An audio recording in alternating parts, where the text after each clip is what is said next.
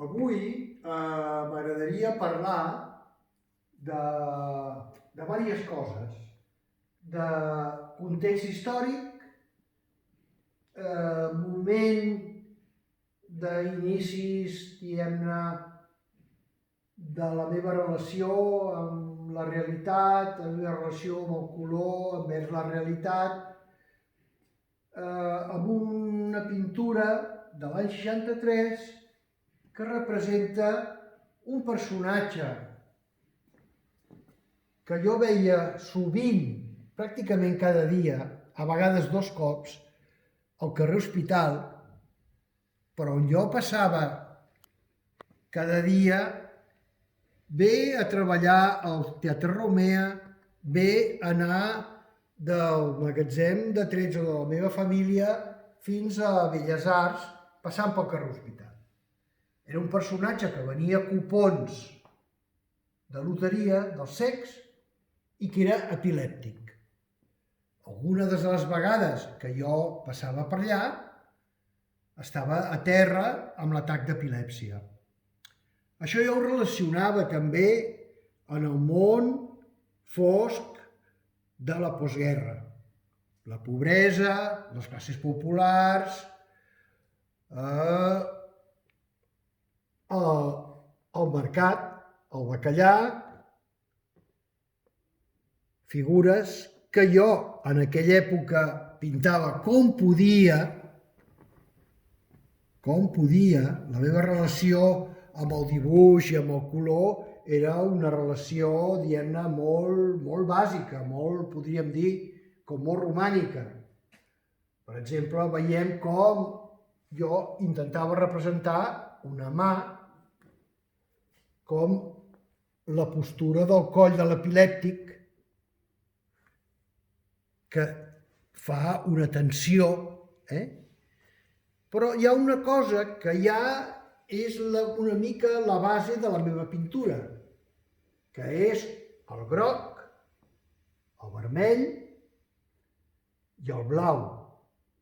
Inclús podríem dir que el negre és com equivalent al blau.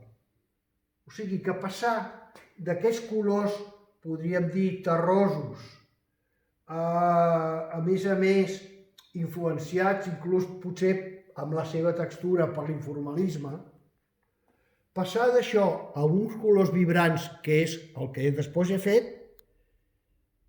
ha sigut fàcil, perquè bàsicament la meva manera d'interpretar el color no és observar el color a la realitat i passar-lo a buscar-lo en la meva paleta, sinó una mica al revés.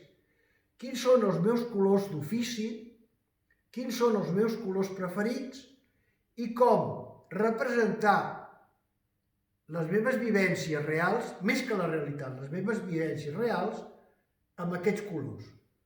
L'ocre es transformarà en groc, el carmí es transformarà en vermell i el negre i el blau fosc es transformaran en blau, amb els seus complementaris, etc.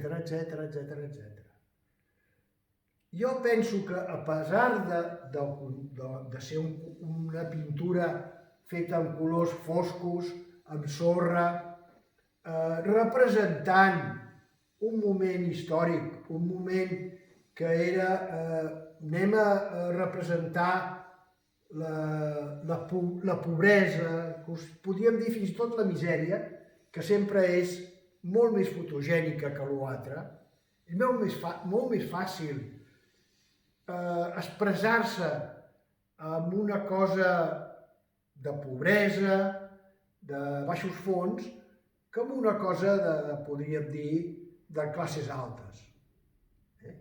És més, t'hi trobes millor.